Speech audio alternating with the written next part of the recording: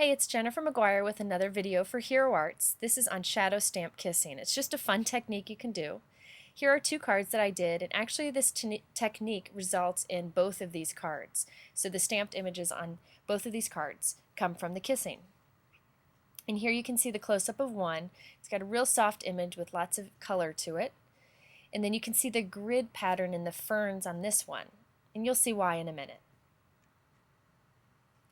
First, I'm going to start with this shadow stamp. It's like a grid pattern from Hero Arts, and then these shadow inks. These are just real soft inks that work great for shadow stamping.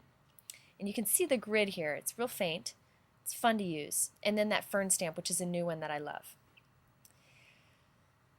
And the chalk ink over there is just to add a little extra color onto the shadow inks.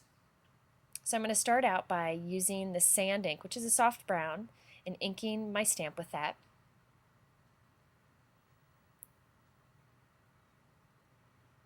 Next, I'm going to take the green ink and it's hard to tell, but I've got it angled so it's just touching the edges of the stamped image. And there I just add a little bit of pool, a little bit of blue, just to the edges, so the tips of the ferns. Now I'm going back with some green chalk ink that's a little bit darker to add a little intensity.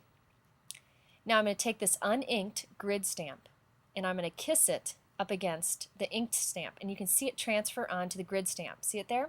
Now I'm going to set that aside and use it later.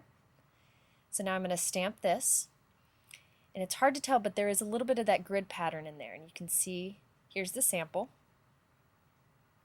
Now I'm going to go back to the grid stamp. You can still see the ink on there from the kissing that I did, and now I'm just touching this pool ink just on the edges of this grid stamp, just on the edges.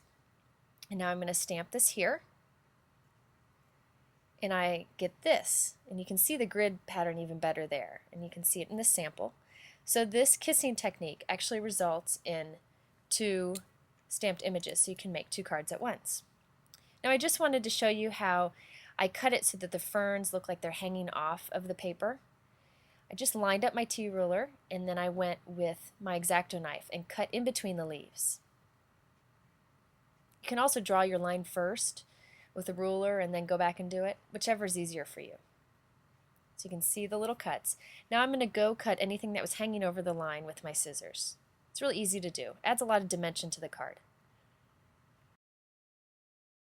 Now I wanted to add a little aging look to the edge of this white just so it's not such high contrast. So I'm using this foam applicator from Ranger and then the shadow ink, the sand that I stamped it in. You can kind of see it here that you see the contrast now.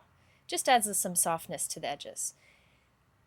And now onto the other stamped image. I'm just going to cut around it, and you can see the grid pattern that resulted from kissing those two stamps together. Now you can do this with a non-grid stamp and get a completely smooth image, but this grid actually adds a little bit of fun. Now I'm going to just scratch the edge of this white cardstock. I'm pretty rough with it, just so I can roughen up the edges, make it look a little distressed. Now I'm going to go ink the edges of this also. This foam applicator is a great way to add color gently to your projects. Also makes it look much smoother. So I added some blue, actually it's pool and sand ink to the edges. And there's the final results of that. Now you see those swirlies on the green paper? I'm going to show you how I did that. It's actually a Christmas tree stamp. I just like these swirls, and I love the look of sand on any soft color paper, this sand ink. So I'm just going to stamp this tree, and I love these swirls, and I thought it'd be fun to use it in a non-Christmas way. So I'm just stamping them back and forth to cover this paper. Now what I'm going to end up doing is going back and cutting a strip of this out of the center of this, so that you don't see the star on top of the tree or the trunk on the bottom of the tree. But it's just something fun to get more out of your stamps. And you can see it there on the card on the right. And so you can see that the kissing technique with shadow stamps is a lot of fun. I hope you've enjoyed this video, and be sure to come back to Hero Arts blog for more.